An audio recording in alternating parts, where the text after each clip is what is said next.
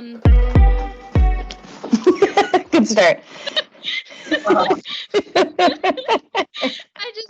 I'm hearing noises. Okay, hi everyone, and welcome back to Starts With Why. My name is Zein. And I'm Lauren. Great to see you all back here. It's great to be back, Lauren. How was your weekend? What'd you do? Anything exciting? Nothing too exciting. Got to see my family from a distance, and there's lots going on in the world, lots going on in the city where we live, Toronto. So just kind of following all of that. What about you, Zane? You know, it's really odd because we have this conversation probably every day. I always forget what I do on the weekends. Maybe concerning, unsure. But I feel like I had a great weekend. I was out in the sun, I think. But it was a good it was a good weekend. You probably would. Yeah. Yeah. But you know what, Lauren, off of what you said, I do think that the world needs more positive stories, and we need more ways to inspire each other and to lift our spirits. And I like that you talked specifically about where we're from. So we're, based in Toronto, Canada, for those of you listening that didn't know. And that's why I was really, really excited to hear about the story that we're going to bring to everyone today, because it's a group of young men from Toronto that decided that they wanted to take action when the pandemic first broke. So I'm really excited to welcome the team from the Basket Project, Jack, Nathan, and Alex. So welcome, guys. It's a pleasure to be here. Yeah, thank you so much for being here. And how was your weekend? Do either of you remember what you did this weekend? This weekend for me was pretty uneventful. Played golf once though. Very fun. I honestly don't remember. A lot of work.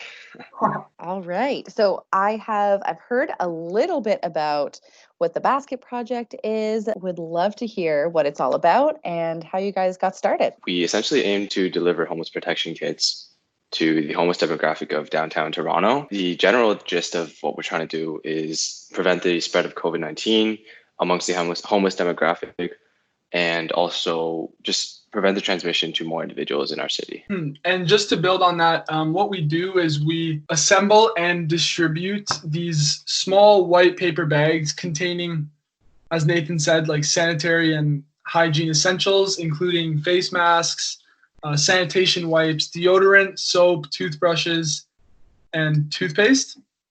So we believe that all of that will really help, as Nathan previously mentioned, the transmission, especially in the homeless shelters where it's very crowded and they've all already had multiple outbreaks. Answering the next question you asked, why we decided to start it. Well, we were all away for school and we all had to come back from school abruptly when this whole pandemic first started. And we really wanted to volunteer at an existing organization. But then when we put our minds together and we thought about our previous ideas of starting a business and along those lines. And we decided that we can make a larger impact by creating something on our own and doing everything on our own terms and with our own ideas. So that's how we decided to start the Basket Project. We realized that logistically, the cost per bag would be a lot cheaper than the other alternatives we had explored. And one of those alternatives was reaching out to families in need of groceries during this time. So for example, those that needed to limit their exposure to the outside world, if they had an elderly or already sick individual in their household and they didn't want to go to a higher contact place such as a grocery store. But logistically, we realized that we could impact a greater audience due to the cost and the lack of complication really in finding individuals who could qualify for our help, because there are roughly 10,000 people that are homeless in Toronto on any given night. And due to the existing distribution channels of homeless shelters, we realized it'd be pretty simple to just collect the funds, create the baskets, and give them to the shelters so that the patrons there could just pick them up when they attended. How do you actually put all of these kits together and get them to the folks who need them? It sounds like it's a huge undertaking. Yeah. So basically, we put in an order. We decide on the number of baskets that we're going to make for that wave. Usually that's about 100 to 300. and we order all the stuff online. And once it arrives, we get together in Jack's garage, and we practice social distancing, of course, and safe hygiene measures. But we spend a couple hours just essentially creating a factory line between Jack, Alex, and myself. We bang out 100 to 300 baskets, and that week we will drive down to whichever shelter we had partnered with for that week, and we drop them off to the coordinator that exists there. We talked about this a little earlier before we started recording, but like Lauren and I, know a handful of young people that want to do something, but they just feel like because of the circumstances of the world, access to resources is a little bit harder. So what piece of advice would you give someone listening that really wants to start something right now, but they just don't know where to begin? Any tips or advice? For anyone listening today, if you want to start something, the number one thing you have to have is commitment. Many people, when we originally started, we thought that, we wouldn't have enough money. We wouldn't have enough donations. We wouldn't be able to source the products for a cheaper amount. But in the end of the day, it all comes down to commitment. And it all comes down to the effort that you're willing to put in the cause and also your own initiative.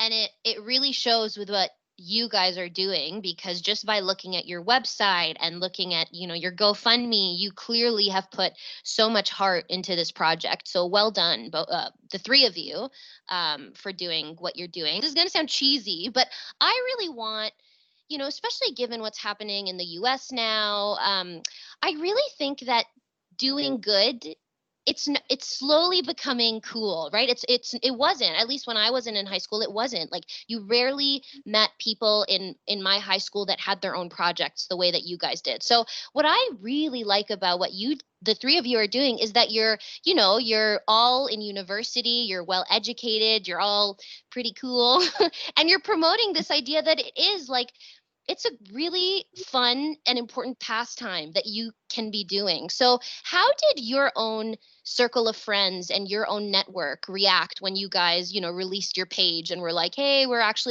doing this? How did people your age respond?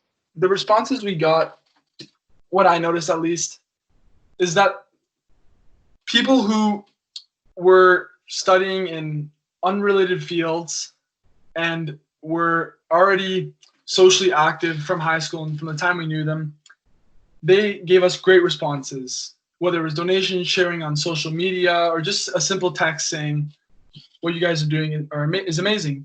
But what I noticed is that some people who were studying in similar fields as us and stuff like that didn't really give us as much of a positive response. And the reasons for that are unknown. Nathan and I are not too sure, but we suspect it is just like the competition aspect of it, how people are always trying to, it's a dog-eat-dog world at the end of the day, especially in Alex and I's program and in business, and a lot of our peers are actually in those programs.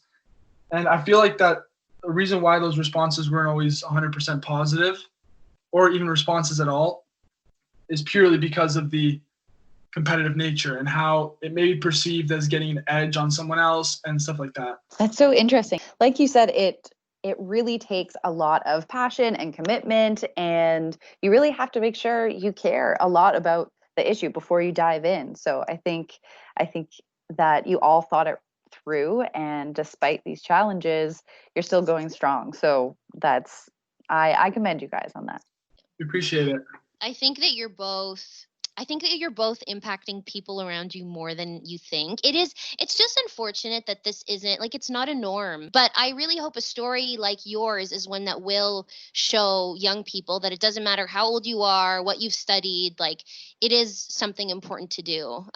So I think that you've impacted your network more than you think you have, even if they haven't sent you like those messages saying, well done, keep it up. Like, I personally think you have. I'd love for you guys to share how people can help and where people can find your information. It's www.thebasketproject.org. And we're also available on all social media platforms. And all those links are found, once again, on our website. And on the website, you'll also be able to go to a link that's attached to our GoFundMe.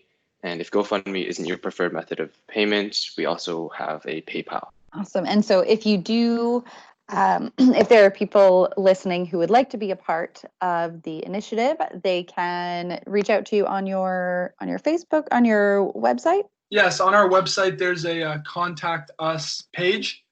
And then in that page, you'll see the emails to both our GTA division and our Hamilton division. So whether you're located closer to Hamilton or closer to us in GTA in the Toronto area, then it's just whichever works for you. And then you can just shoot us an email, and then we'll go on from there. Perfect.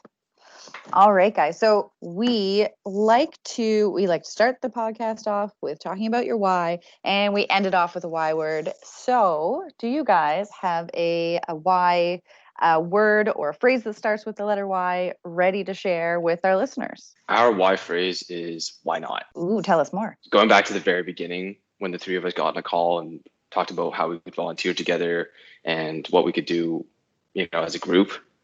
The overall mentality was why not? Why not start something? Why not do something that we've never done before? And why not see how far we can go with it? Because ultimately it'll end up being something good, right? With what we're trying to do. So I think why not really encompasses, our mentalities went into this, and our mentalities when it comes to new ideas and suggestions. So it's a great way to stay open to, new possibilities and just keep ideas flowing. And why not now? Now is a great time to do it. Although, some would think otherwise. So I think your why phrase is very relevant. Thank you for sharing. All right, perfect. Ours is going to be you get what you give. So I know that when you started the basket project, it was never, I'm sure, your intention to get anything out of it. You really just wanted to give back. And of course, you're going to learn a lot from it no matter what. But just putting those positive vibes out there and doing great things for your city, whether you like it or not, great things are going to come your way. So you get what you give. I know the city's going to give something back to you in one way or another, and definitely keep doing what you're doing. And I think you'll find that you're going to inspire other young people, and we'll only see more initiatives like this. So congrats on what you've accomplished, guys. Thank you so much, guys. It means a lot. Thank you. Yeah, that's really encouraging. And as for the city giving back to us, they already have, more than we could ever ask for. So that's part of why we're doing this. Oh, that's really sweet, guys. And it really does take a very special kind of person, because we know that you're balancing school right now. So be incredibly proud of what you've done, because you're doing a great job, and we are here to support you. And, I always say this, but this is a platform for you guys. So if we can ever be helpful with anything, know that we are here. But well done. Thank you for coming on. And I hope everybody visits thebasketproject.org to support. So thank you, guys. Thanks a lot. It was a pleasure talking to you guys. Thanks again for the opportunity. Of course. Thank you. Bye, everyone. See you next time. When we don't give up, anything is possible.